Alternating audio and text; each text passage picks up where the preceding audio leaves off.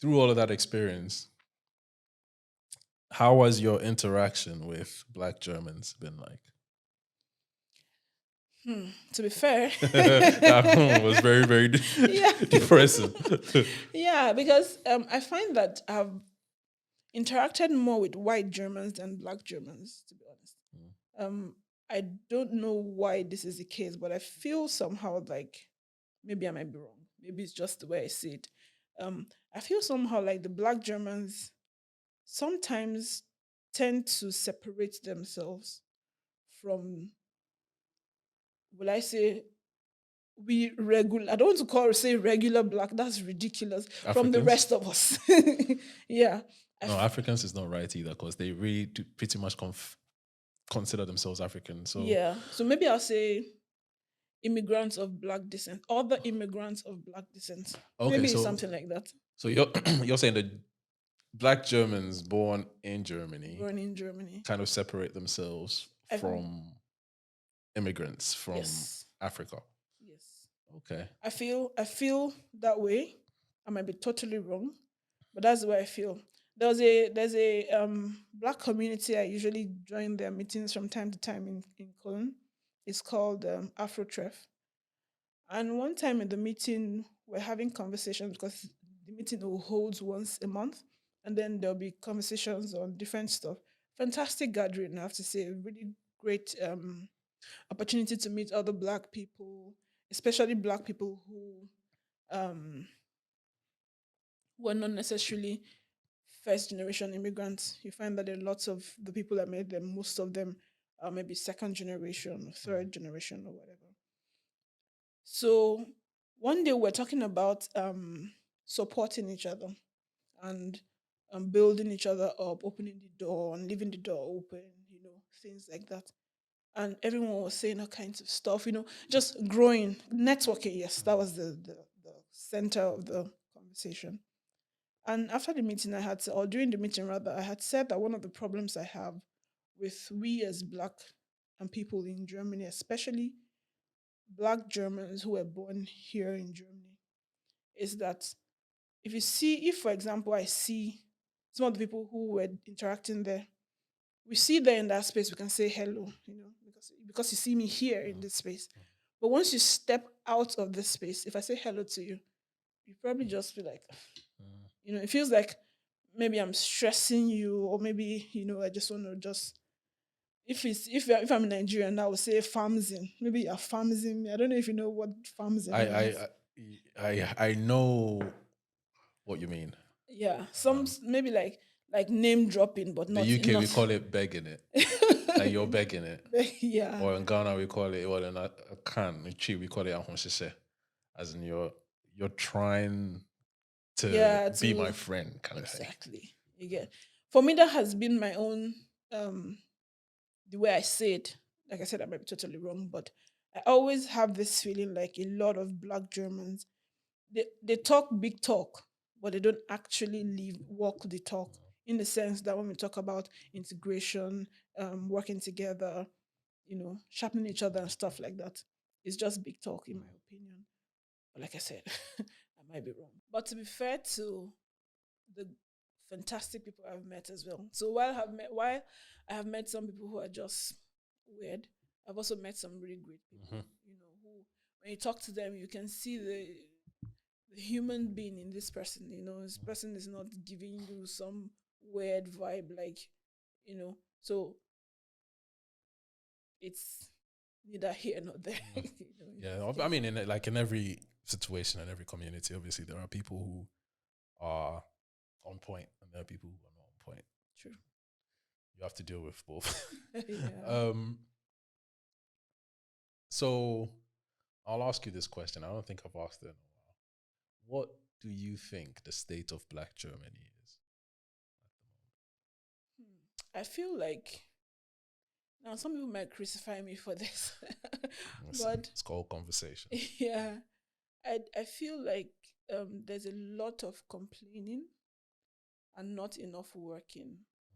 You know, when you go to certain gatherings of Black people, people are complaining about every single thing. People are complaining about working more than every other person. not getting opportunity. People are complaining about everything. And while I understand that, yes, sometimes there could be biases, but I really do feel like a lot of times it's overrated, it's overemphasized. There are a lot of people who don't have issues in their office. They're doing well, their bosses treat them well, nothing is limiting them. They have no reason to feel oppressed or whatever. But once there's an opportunity to complain, they just complain, you know? So I feel like we are dwelling so much, maybe dwelling so much in the past, or dwelling so much in on limitations. While it is true that they are there, some are there, but I just feel like we talk so much about it. But especially when I talk to um, Germans, Black Germans who are born here, when they make certain complaints, I'm like, you don't have a problem. Like the things you're complaining about are not real problems, at least in my opinion. But I also understand that one person's perspective of a problem Yeah. is completely different from the other, and their realities may be different. Probably they have some struggle with identity. You know, for us who are much grown up before we came here, you're already clear on who you are. You know, certain things don't shake you and stuff. But I just really do feel like we dwell too much on the negative as opposed to actually going out, coming out to do the work and talk and walk the talk as opposed to just talk, complain. We have a lot of people who advocate for a lot of things, maybe integration, maybe um, diversity, inclusion, and stuff like that in workplaces and all. But they only say or do these things when in the public, when there are eyes.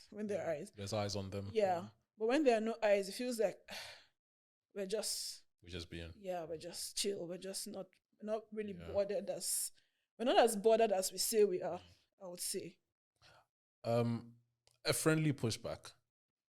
I kind of agree with you, but you did mention also is because if you had the opportunity, and I would actually say the privilege to grow up in Africa in a certain upbringing, things that, and you move to, say, a European country, when you face racism, though you see it, it's a different effect on you than people who are actually born here. Yeah. Because you know better. You know the person is stupid. And you just leave them be stupid. And you kind of know in yourself that you don't know what you're talking about. Like, you don't know me, you don't know what you're talking about. I've lived a certain life that you can't even comprehend. True. I just happen to be in your country at the moment. So have your fun kind of thing. I think sometimes we as people that were born in Africa and have that privilege don't notice that that's a privilege.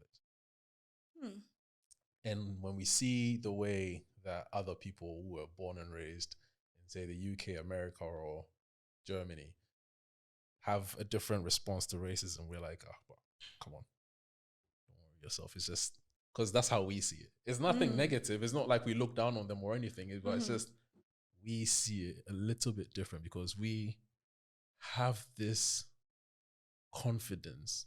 And I'm not saying this is all Africans, but if you have a certain upbringing, if you're able to go to very good schools in Africa and we're able to have an education to a certain level, and you come to Europe and somebody's being racist, you kind of like, bro, like, you don't even know me. Like, do you know what I mean? Yeah. So you have that confidence about you, and I don't think everybody in the diaspora has that.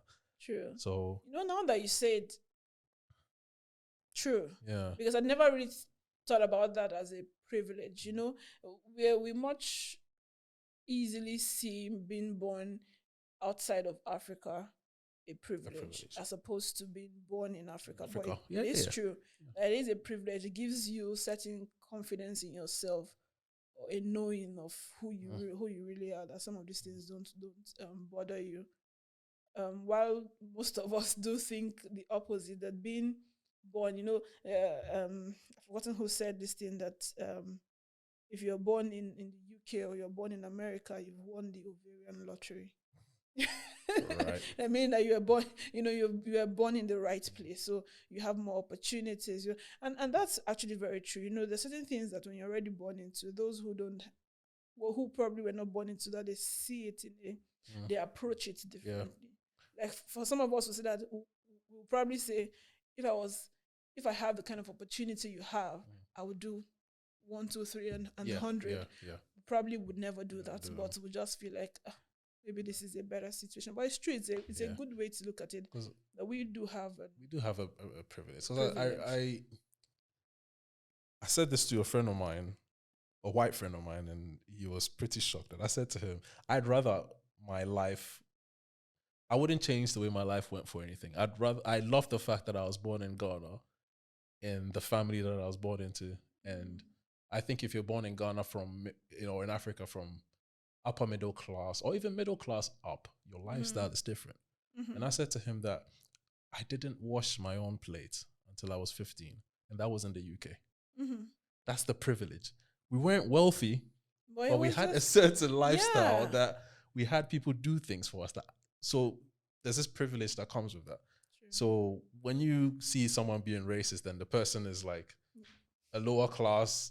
Like I don't like using classes, but if I say lower class, I'm trying to say like someone who is probably maybe working class or is not wealthy or doesn't have that amount of money. Being racist to you, looking down on you is like, bro, you feel sorry for them. Yeah. Something happened some time ago in Stuttgart. A colleague of mine, I was working in Stuttgart at the time. A colleague of mine made a very silly statement or asked a stupid question. He asked if there are toilets in Africa. Because another colleague had traveled and I was like, how did you manage? Are there toilets in Africa? And I couldn't believe it. I was dumbfounded. I was like, what? What? Do you know? Of course, I was too pissed to respond to it. But then much later, when you're having lunch and stuff, I took time to explain, to just say on the side one day, when the guy was there, I was like, in Germany, the houses here are super small. The toilets are super. Why do you have one toilet? He was like, how many toilets do you have? I said, in Nigeria, each room has a toilet. Yeah. And he was like, hey? I said, yes. And what you have here as a flat is probably a fraction of someone's house, because this is nothing. It's nothing. And then I took time to explain how that growing up we had helps, while there are a lot of conversations and controversies around that. We're not going to have that discussion, but how that we had so much space that I could avoid my parents for some time, and they probably wouldn't notice, because the house is big. You can. And the guy was looking at me, and in my mind, I remember. Of course, I didn't forget that initial thing, so I was making it a point to let him know how well people live in Nigeria before he begins to think that the stories. Because I mean, even if you don't have common sense, you have internet. Yeah, come on, man. Have a look.